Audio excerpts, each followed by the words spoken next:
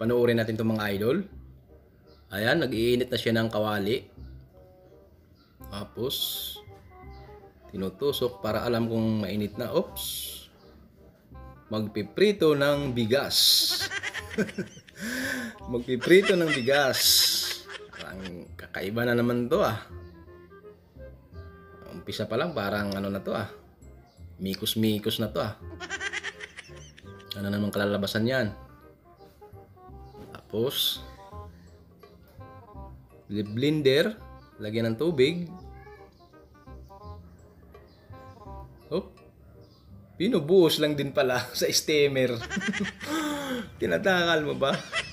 Hindi talaga mawawala yung kanyang steamer. Ah, strainer pala yun, strainer. Tapos, ano to?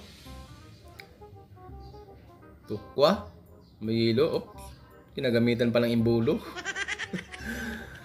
Tapos, binabrasan na yung tukwa. Tukwa to. Oh, may pa-heart pa. Ano namang kalalabasan yan?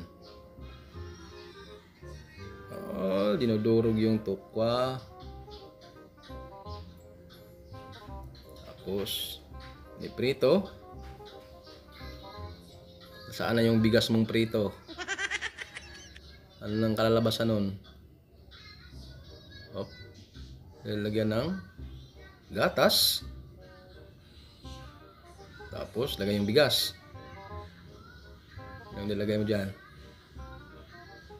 Oh, bigas nga. Nilagay na yung bigas. Tapos, tubig. May gatas. Tapos, ano ba to? Nilalagyan ng food color. Green na food color. Tapos, binubuhos na naman. Ang daming pinagdaanan ng bigas. Oh, ano ba yan? Meron siyang ano eh, pampalasa eh. Tanglad. Hindi mawala yung tanglad eh. Oh, may imbudo na naman. Oh, tinusukat pa. Kailangan pang pasukat-sukat. Tapos, nag-sprito na siya nagisa na siya ng bawang sibuyas na may sili. Tapos, may dahon talaga. Hindi talaga mawala yung dahon. Ilagay na niya yung pampalasa. Oyster sauce.